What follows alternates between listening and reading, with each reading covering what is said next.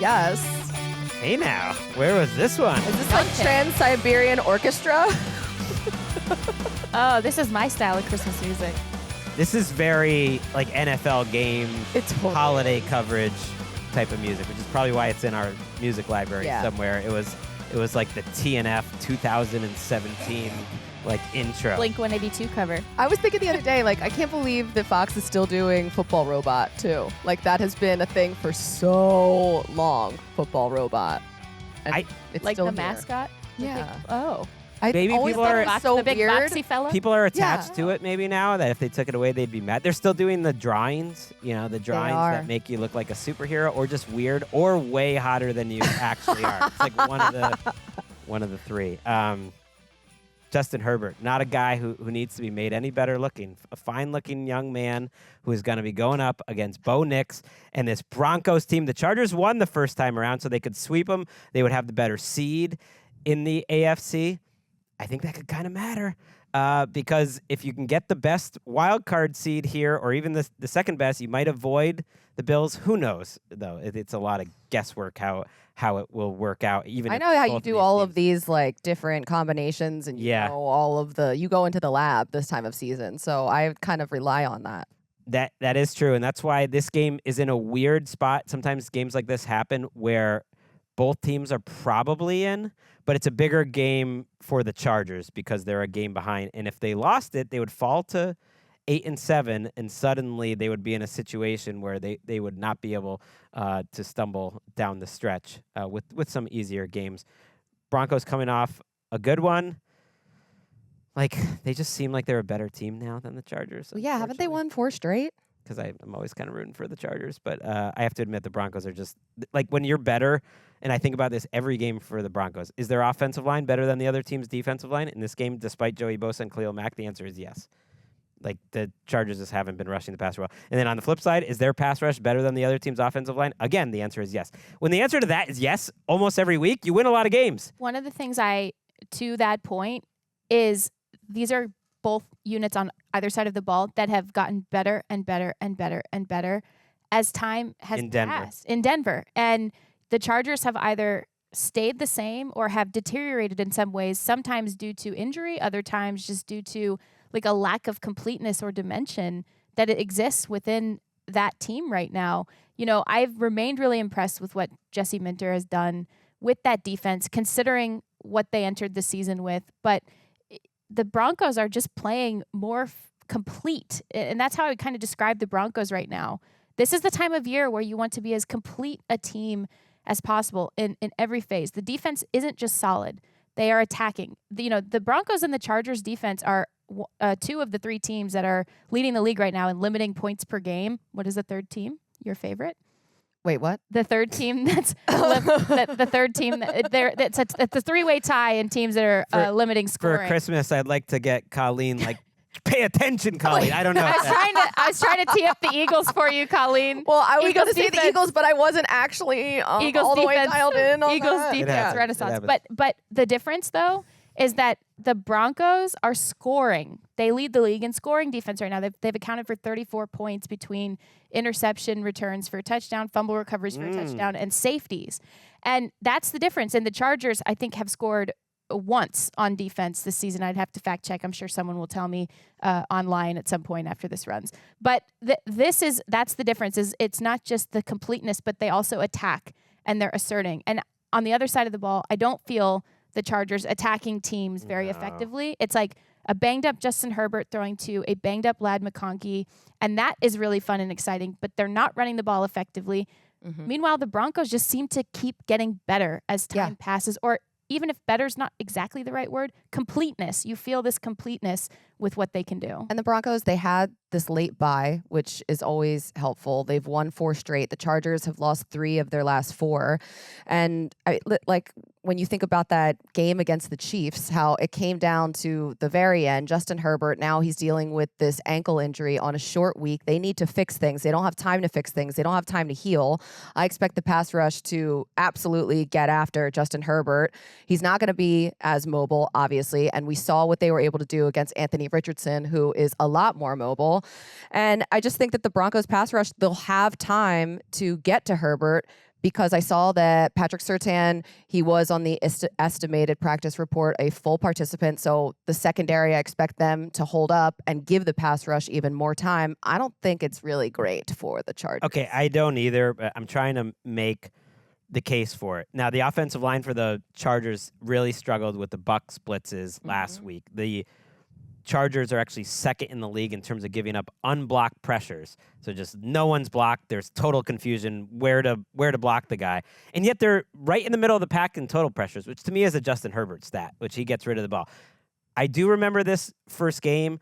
They went on these long drives. The Chargers did. They got out to a huge lead in Denver. It was probably their most impressive performance of the season to that point. Herbert was finally healthy and moving around. And I do think, even though this wasn't the case last week, he's such a smart player that I worry about blitzing him, because I think sometimes that plays into his hands, that he knows where to go with the ball and it gives him easier answers. And his guys don't get that open in general. So if there's less guys in the secondary, they can be a little more open. And he's such a smart quarterback that it almost helps define what he needs to do for an offense that's struggling to create open receivers. That said, the Bucs cooked him up pretty good last week, especially after there was a play where they fell on his ankle. Yeah. His numbers before that injury, 8 for 10, 10 for 101 yards.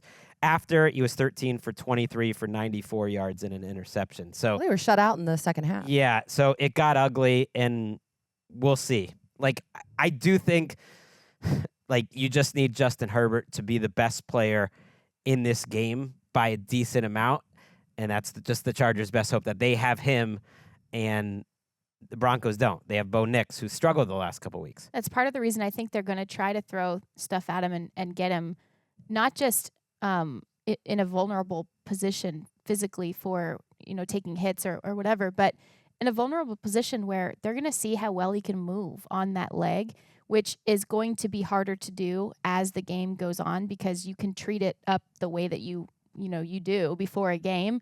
But as time passes through that game, if a team keeps attacking, like, I almost wonder if they really get after him early. The problem too with the Chargers right now is the lack of dimension in the ways that they can protect him. One of the ways that you can protect a quarterback who is banged up is with a run game. And they haven't been running the ball effectively. And again, part of that is due to injury.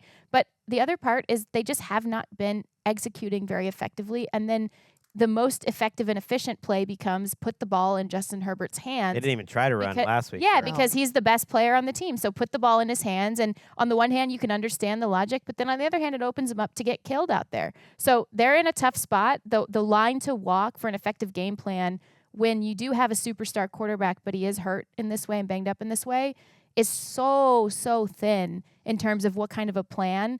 And I just believe, because I've seen the Broncos, especially their defense and now their offense, win in a couple of different ways this season, that they'll be able to adjust to what the Chargers try to do. I think because they can't establish the run, they're going to just be forced into obvious passing situations. And if Herbert's ankle is still a real issue, the Broncos are going to win this, and they'll clinch their first playoff spot since 2015. On the flip side, the Chargers defense got cooked by Tampa in the second half of that game. Look, they were ahead by 4 at halftime. It was 17-13. And there are some similarities, I think, between the Bucs and the Broncos in terms of their quarterbacks get the ball out really quickly. Their coordinators can really scheme up open receivers, that both teams are really good blocking for their receivers on the perimeter and just kind of creating first read football. And that's what Bo Nix needs. When you take away his first read, he is just not nearly as effective. That is the Chargers' best hope in this game, is that Bo Nix's slump, if you want to call it that, continues. Now, last week, he was 2 for 8 for 33 yards and 3 picks when throwing over 10 yards. He struggled. It was the first time since September he looked like the Bo Nix from September. And they closed out the game okay, and people were like, oh, yeah, he bounced back and had a couple touchdown passes. And it was like just a swing pass to a wide receiver that got blocked up, and then 2 other guys that are wide open. And we know he can hit the first read. So if they can open up plays like that, but he just seemed a little stuck in his head. He was at 3 or 4 yards per attempt. And remember, the game before that, he threw 3 interceptions in that game as well. So that's 5 picks in the last couple weeks. That would be the hope for the Chargers. I do wonder if the Broncos try to get his pocket moving a little bit, but also get him moving a little bit. picking up gimme yards, different things. This late down the season, you don't want to put your quarterback in danger. But what you said about, the Broncos and the Bucs reminding you of each other, like Baker and Bo Nix remind me of each other a lot in that regard, where some of these games that Baker has won for the Bucs, and Sean Payton certainly has an eye on this tape, is, he's picking up some of the gotta have it yards by himself. That way, extending the run game out to the flats, extending the run game into what the quarterback can actually do. And that'll change the way a defense has to play. You might be able to open up some of that short stuff because you're sending one extra defender maybe out into the side or the flat area to try to counter the potential that the quarterback can pick it up with his legs. I'm amazed the Chargers are favored in this game by 2.5. It's a home. Is it not? It's a home game, right? I know it's at home, but it really just feels like the Broncos have been a better team lately. And even though I'll wear my biases, like I want the Chargers to win this game, I'm picking the Broncos just because you got to pick the team that you think is the better team. I do think they're the better team. Yeah, I think the Broncos win. I'm picking the Broncos. I actually do think it will be very low scoring between both teams because I think Jesse Minter's defense will rebound in a little bit of a. Love that. And like how the Broncos don't have much of a running game either. And when you're making Bo Nix and their passing game a little one dimensional, you're right. That could be a low scoring game. And shout out to Nick Bonito.